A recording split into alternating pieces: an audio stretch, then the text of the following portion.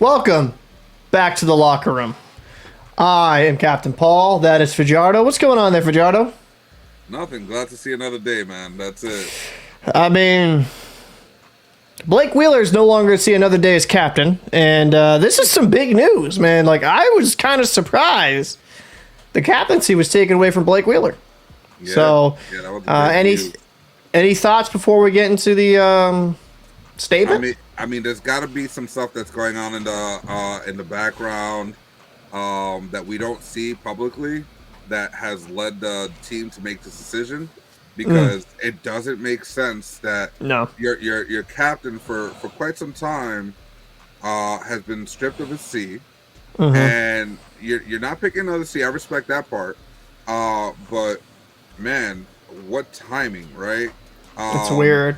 It's really weird altogether. I don't get it. It just doesn't make sense if you're looking from the outside in.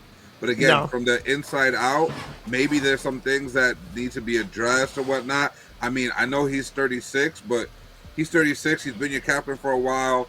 It makes no sense for him to be losing the captaincy unless something really big happened. Like unless he punched the owner in the mouth. Like, I mean, I don't.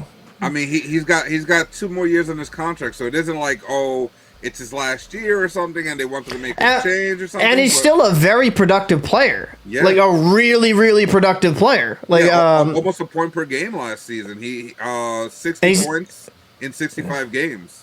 I mean, he scored 90 plus points the last few seasons before that. Yeah. So it's just very weird. So let's get into the statement that was released on the World Cesspool Twitter from the Winnipeg Jets. Not even their main account, their PR account, which is kind of amusing. Jets announced leadership group restructuring. The Winnipeg Jets announced today a restructuring of the team's leadership group ahead of the 2022-23 season. It is the determination of the coaching staff that we will enter the 22-23 season without a specific captain, but rather a group of assistants still to be determined, says Jets head coach Rick Bowness. It is our goal to expand the leadership base within our hockey team. We have high expectations for our core players, and we want to provide them with an opportunity to step into those greater leadership roles as a group. Jets head coach Rick Bowness and forward Blake Wheeler will be available to the media at 12 p.m. Woof. I think they're going about this completely the wrong way. It does not make sense. You want to bring in younger talent to be maybe leadership and stuff like that? Well, make them assistants, right? And see how they handle that. But don't strip your guy who's been leading your team, leading the locker room, for the past couple of years, and, doing a good job at it to a certain degree. Now, granted, the team may not be doing well overall, and if that's the reasoning, that's a weak reasoning, because that doesn't necessarily fall on the players. That's more of like how you manage. That's absolutely on management. One of the things about management is you need to be able to put a good product on the ice. Yeah. Let's get into this article though. With Scheifele being shocked to see Wheeler's captaincy stripped. This is what Scheifele had to say. I was definitely shocked. Didn't see it coming. Blake's a really good friend of mine. I just want to be there for him and for the team. Scheifele, a long-serving alternate captain and powerful voice in the Jets locker room, was given a tip by Wheeler that changes may be afoot, and the new head coach, Rick Bowness, gave him a call early Friday to relay the news before the club issued a statement. Bowness had to say, well, we kind of already read his statement. This is what else Scheifele had to say. You just want to talk to the guys and kind of get where their thoughts and see what they're feeling. We all got to work through this together, and we're all here for Blake, and we're all here for the team. He's been a guy that I've looked up to and I've learned a lot from, that I've grown over my 10 years in Winnipeg. Blake's been the leader of this team for so long. Scheifele says he will not volunteer to take over the captaincy as he has too much respect for Wheeler, but letter or no letter, he wants to help rally a disorganized group and apparently a disorganized organization that missed the playoffs in 2022 for the first time in 5 years. I definitely looked at myself as a leader. I think we have a lot of leaders on our team. I think me and Josh Morrissey, we're younger. We have a little bit of a different voice, so I think this gives us an opportunity for other guys to step in. And I think it's not just going to be one or two guys. It has to be a collective, which is, kind common sense, right? In a hockey team, you kind of can have that one guy, but you have to have a group of leaders to really, start a culture. Right. Scheifele named Ehlers, Connor, Hellebuck, and Lawyers other core members of a really tight-knit room that can help lead this group back on track. Scheifele said, we have so many guys on this team that have big voices. It's not a matter of one guy. It's a matter of everyone doing it together and everyone being on the same page. I think that's how this team's going to have to be led. After the Jets were eliminated from playoffs last spring, Wheeler said he took responsibility for the disappointing season. Well, I think I would have to take responsibility for that. It's been my job to build the culture here, and I've taken a lot of pride in that over the years. I certainly look in the mirror on that one and where we've gotten to. The team that we were and the team that we are now, I don't hide from that at all. I certainly take responsibility for where this team sits. Hopefully we have a locker room full of guys doing the same thing. Like I said, I've tried to build this into something we can be proud of, something that can be a championship level every year. And when you fall short of that, you've got to take responsibility for that. Scheifele publicly questioned the direction of the Jets after the campaign and had a 2-hour meeting with Kevin Cheveldayoff, sorry, during which we asked for clarity on the organization's plans. Scheifele, who has 2 more years on his contract, says he did not request a trade. However, I was obviously very frustrated with the year and the way things panned out, he said. So I was very honest at the end of the year, maybe a little too honest in terms of talking to the media. I was frustrated with the year, and so obviously when anger and emotion gets to you, then it's something that you get fired up about. I feel like I'm in the prime of my career and I want to be a part of a winning team. Well, listen.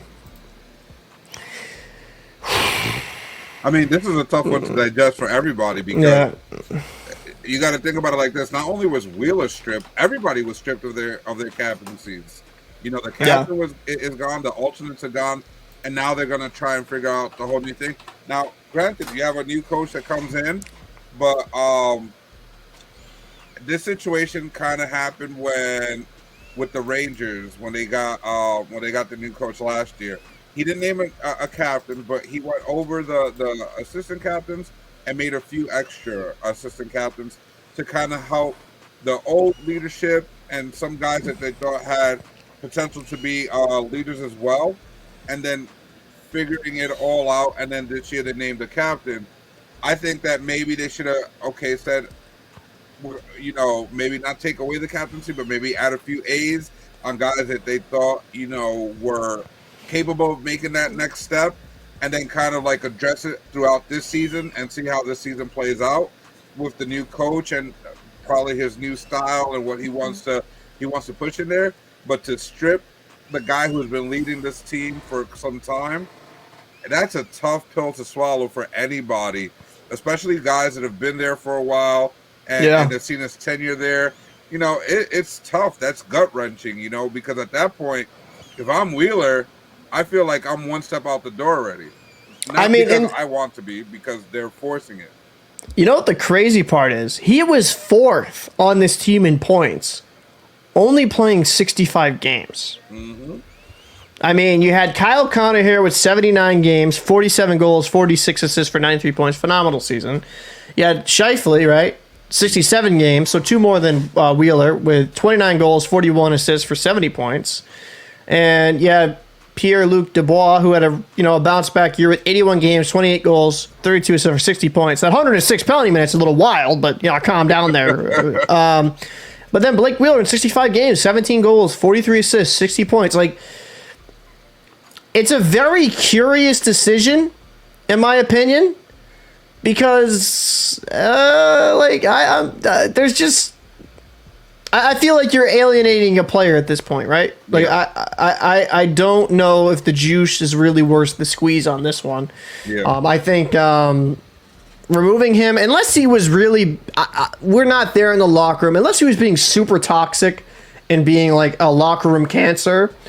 Fine, get rid of the captaincy, but it does seem like Blake Wheeler is beloved by that locker room. So I don't know. This just doesn't make any real sense to me. What are your thoughts before we go? I mean, it has to be that there was a difference in opinion between Wheeler, the new coach, and the direction they're going in and what maybe he wanted to do. And that difference in opinion possibly made him say, you know what, if he feels this way, everybody feels this way, and we need to change that. and the only way to change that is by making a shock move, and maybe that's why they did it. And if that's the case, it's somewhat understandable. There's some logic to it, but if that's not the case, there has to be some deeper rooted issues going on that obviously we're not aware of. Yeah. When the coach stepped in and saw the culture, saw the players, saw how everything is going, and said, "This guy can no longer lead this team. We need to change this whole thing up, including taking away his captains." Yeah. I just think that personally, a little foolish. I think you're jumping the gun.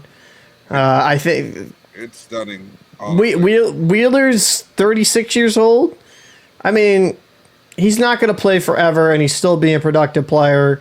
Unless he's being extremely toxic, I don't see the point in this. So, yeah. I mean, I just don't. I mean, what are your thoughts down below in the comment section? Let us know your opinion. Do you think this was justified? Do you think that the Winnipeg failures are on Wheeler, or do you think that the management just need a fall guy? I'd be very interested to hear your thoughts below. I'm Captain Paul. That's Fajardo. We are The Locker Room. If you enjoyed this video, make sure to like, comment, and subscribe, and hit that notification bell as well. And we will see you in the next episode. Peace.